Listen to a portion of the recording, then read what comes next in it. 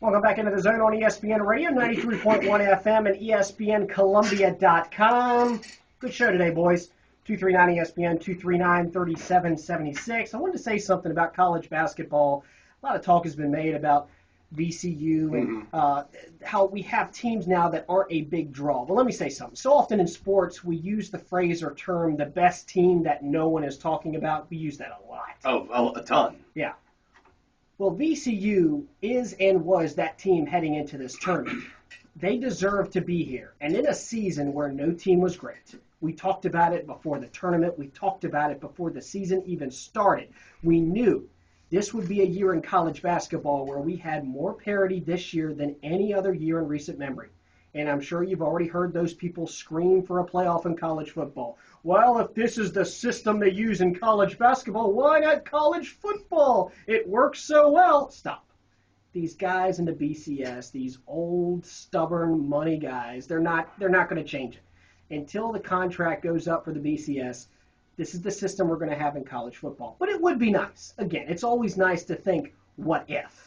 Because if we had a BCS in college basketball, we'd have Ohio State and Kansas playing in the national championship. Absolutely. We wouldn't see the teams like VCU and Butler or even Kentucky for that matter. Yeah, I mean they're a 4 seed that was considered in a weak SEC conference this year. So and you had 2 almost get to the Final Four. So it's just been one of those years where everything's been turned on top of its head. But these 4 teams are playing the best basketball in the tournament. They deserve to be here. It's not just about the VCUs. It's not just about the Shaka Smarts. It's not just about the Butlers.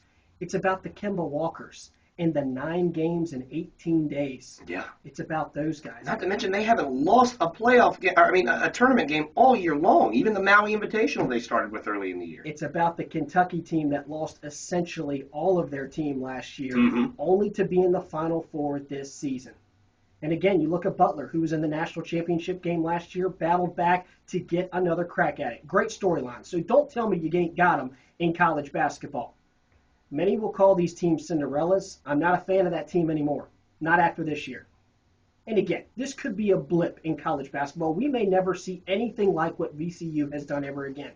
But we saw George Mason. George Mason did it, yeah. 5 years ago. 5 years ago, and they were they an 11 or a 12? I think they were a 12 that year to actually get into the Final Four. So, to me, you look at these teams and you look at this system, it's the best we have, so stop whining and complaining. We don't got it in college football. Okay, whatever.